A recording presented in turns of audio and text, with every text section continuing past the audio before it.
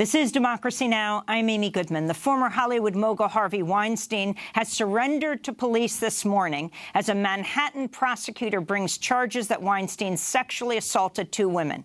His bail is expected to be set at $2 million. Law enforcement officials said Weinstein would be charged with first-degree rape and third-degree rape in one case, and with first-degree criminal sex act in a second. It's the latest stunning development in Weinstein's downfall, which rocked Hollywood and helped spark a global movement of women coming forward to accuse men of rape, sexual assault, and harassment. For decades, Weinstein was one of the most powerful and politically connected men in the United States.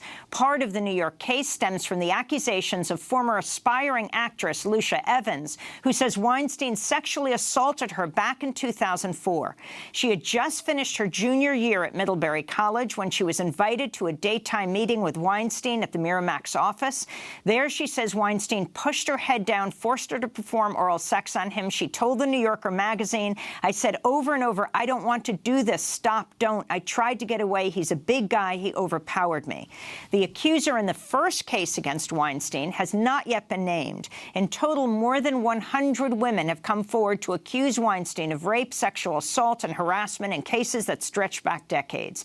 His serial abuse was protected and even facilitated by a slew of people across Hollywood. The New Yorker magazine also reports Weinstein hired the secretive company Black Cube, which is run by former Israeli intelligence officers, in order to intimidate women and suppress allegations against Weinstein about his abuse. His arrest today comes only 1 month after another extremely powerful man in entertainment, comedian Bill Cosby, was convicted of 3 counts of aggravated indecent assault for drugging and sexually assaulting Andrea Constant back in 2004. She was the former director of operations for the women's basketball team at Temple University, Cosby's alma mater.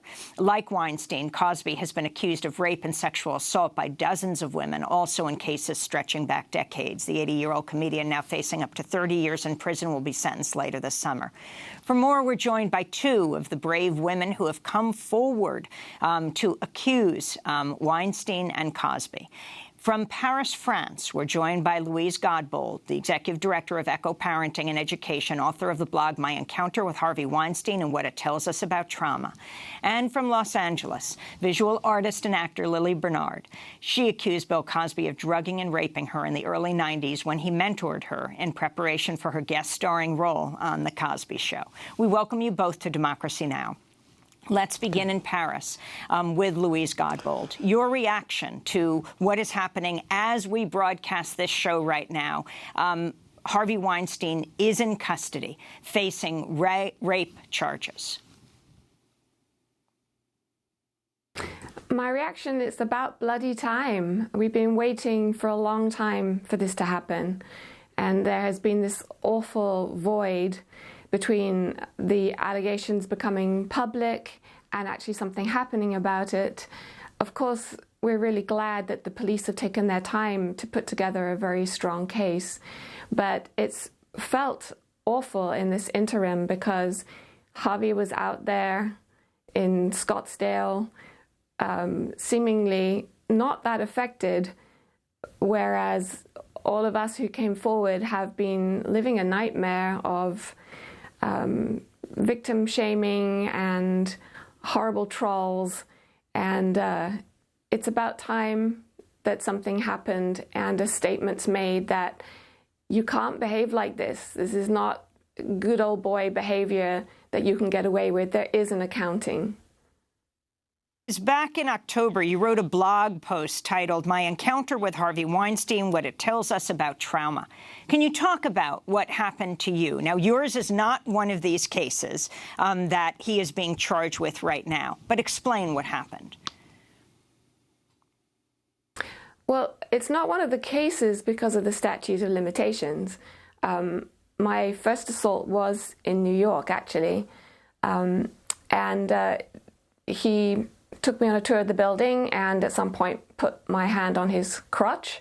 And as I tried to get away, he followed me to the elevators and then kissed me in front of all of his staff, which was hugely embarrassing.